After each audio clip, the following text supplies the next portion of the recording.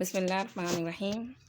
ہم مرکبات کا ٹاپک پڑھ رہے تھے اور ہم مرکب جاری میں آج ایک آیت دیکھتے ہیں سورۃ الناس کی، من الجنۃ والناس۔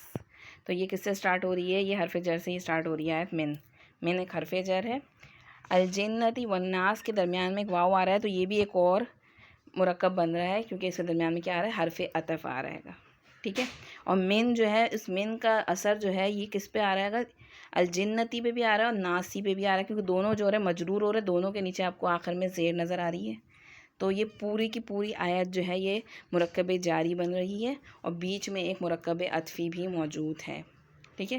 الجنتی اور ناس کو ہم دونوں کو دیکھ لیتے ہیں گے کہ یہ دونوں جو ہیں پلورل ہیں، یہ دونوں جو ہیں جیسے بنی نوع انسان، تمام بنی نوع انسانوں کو کہا جا رہا ہے اور تمام جنات کو کہا جا رہا ہے، مطلب اس میں جنس ہے۔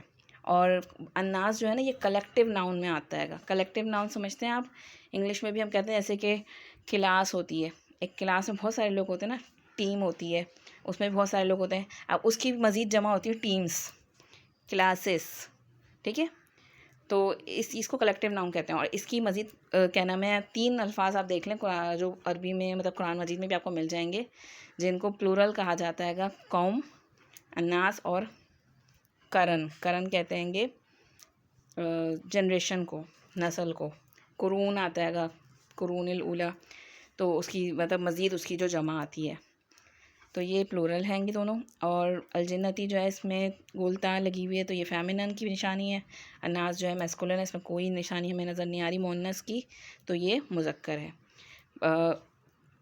الجنتی مؤنث ہے اور الجنتی والناس دونوں جو ہیں ان سے ال لگا ہوا ہے، دونوں کے دونوں جو ہیں گے خاص ہیں گے، تو پراپر ناؤن ہے دونوں، اور دونوں کے نیچے اسٹیٹس میں ہمیں جر نظر آ رہا ہے، تو ان کا اسٹیٹس ہم لکھ دیں گے جر، کس کی وجہ سے؟ ڈیو ٹو حرف جر۔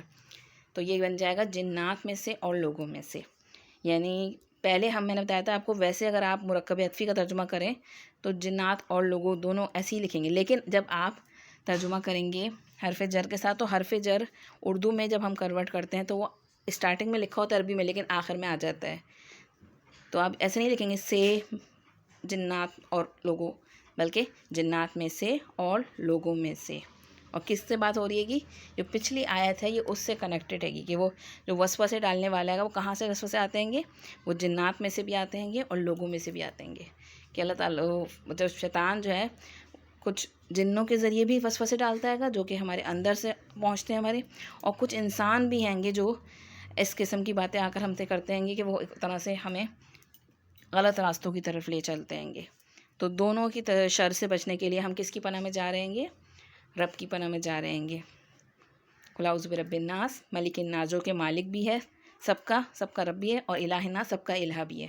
تو یہاں دیکھیں اس میں اندر کی جو پناہ مانگی گئی ہے، جو کہ نظر آنے والی چیز ہے گی، جو اندر سے وسوسے آتے ہیں گے، اس کے لیے ہم نے زیادہ اللہ تعالیٰ کو 3 دفعہ کس طرح رب کہہ کے، ملک کہہ کے، الہ کہہ کے پکارا ہے، جبکہ سورۃ الفلق میں جو ہے وہ زیادہ چیزوں سے کی پناہ مانگی گئی ہے گی جو ظاہری ہیں گی۔